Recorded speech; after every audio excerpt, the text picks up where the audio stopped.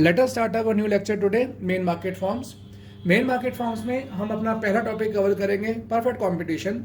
Perfect competition एक ऐसा competition है, एक ऐसा मार्केट सिचुएशन है जहां पर बहुत सारे बायर्स होते हैं, बहुत सारे सेलर्स होते हैं और जिस प्रोडक्ट में डील किया जाता है वो एकदम आइडेंटिकल होता है, होमोजीनियस प्रोडक्ट होता है। और जो प्राइस फिक्स किया जाता है वो यहाँ पर मार्केट फिक्स करती है, इंडस्ट्री फिक्स करती है। कोई एक इंडिविजुअल बायर या इंडिविजुअल सेलर प्राइस को फिक्स नहीं कर सकता। So, perfect competition refers to a market situation where there are very large number of buyers and sellers dealing in a homogeneous product at a price fixed by the market. बच्चों, perfect competition reality में ऐसा exist नहीं करता है, फिर भी हम इसका एक क्लोज एग्जाम्पल अगर समझना चाहें तो व्हीट मार्केट से एग्जाम्पल ले सकते हैं, राइस मार्केट से एग्जाम्पल ले सकते हैं, जहां पर बहुत सारे बायर्स होते हैं, बहुत सारे सेलर्स होते हैं और जनरली कोई भी बायर या कोई भी सेलर सिग्निफिकेंटली मार्केट प्राइस को इफेक्ट नहीं कर पाता। So it's a close example, right? So now let us move toward the features of perfect competition. सबसे पहला फीचर क्या है आपका? Very large number of buyers and sellers. बहुत सारे बायर्स हैं, बहुत सारे सेलर्स हैं। बहुत ध्यान से सुनिएगा, आपकी जो number of buyers and sellers हैं वो इतने ज्यादा होते हैं, इतना ज्यादा इनका नंबर होता है कि कोई भी बायर या कोई भी सेलर उनका डिमांड में और सप्लाई में बहुत इनसिग्निफिकेंट सा शेयर होता है। मतलब बायर्स बहुत सारे हैं तो उनका टोटल डिमांड में बहुत थोड़ा सा शेयर होता है, इनसिग्निफिकेंट शेयर होता है। और क्योंकि बहुत सारे सेलर्स हैं तो सेलर का भी, एक इंडिविजुअल सेलर का भी मार्केट सप्लाई के अंदर बहुत छोटा शेयर होता है, इनसिग्निफिकेंट शेयर होता है। तो इसका क्या असर पड़ता है, इसकी क्या इम्प्लीकेशन होती है? बायर का डिमांड में इनसिग्निफिकेंट शेयर है तो वो प्राइस को इन्फ्लुएंस नहीं कर सकता, और सेलर का सप्लाई में इनसिग्निफिकेंट शेयर है तो वो भी प्राइस को इफेक्ट नहीं कर सकता। तो कुल मिला के बायर और सेलर दोनों ही प्राइस को इन्फ्लुएंस नहीं कर पा रहे हैं। तो यहाँ पर जो प्राइस फिक्स करता है वो कौन करता है? मार्केट। और वही यूनिफॉर्म प्राइस मार्केट में प्रिवेल करता है। Let us start our new feature, homogeneous products.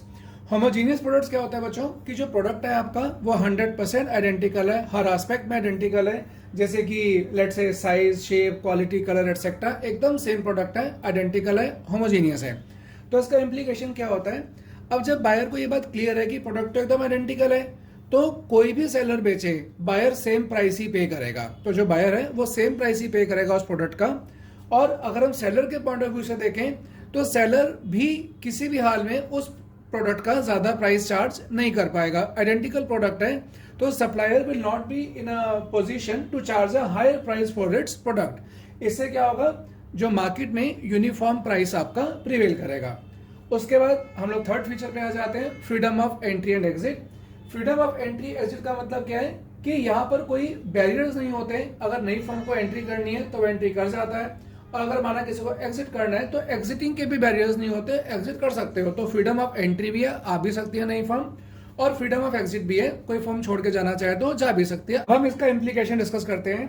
देखिए, अब होता क्या है, माना कोई फर्म एबनॉर्मल प्रॉफिट कमा रही है तो उस एबनॉर्मल प्रॉफिट को देखकर, अब क्योंकि फ्रीडम ऑफ एंट्री है तो नई नई फर्म्स ही मार्केट में आना शुरू कर देती हैं, उस इंडस्ट्री में एंटर कर जाती हैं। तो उससे क्या होता है?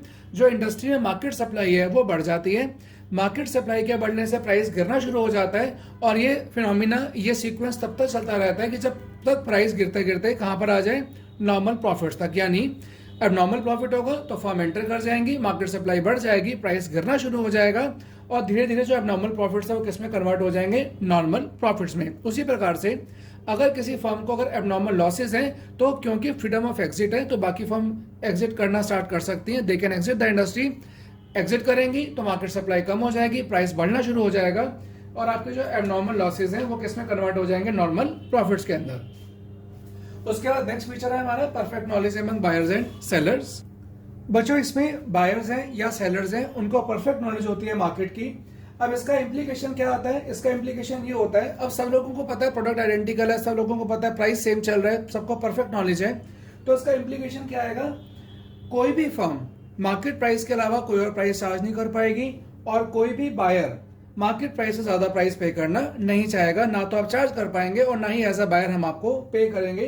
तो उससे क्या होगा? एक यूनिफॉर्म प्राइस प्रिवेल करेगा मार्केट के अंदर। और इसमें एक बात और भी समझने की है, जो आपके सेलर्स हैं उनको अपने इनपुट मार्केट की परफेक्ट नॉलेज होती है। सभी सेलर्स को इक्वल एक्सेस होता है टेक्नोलॉजी का, इनपुट्स का। इससे क्या होता है?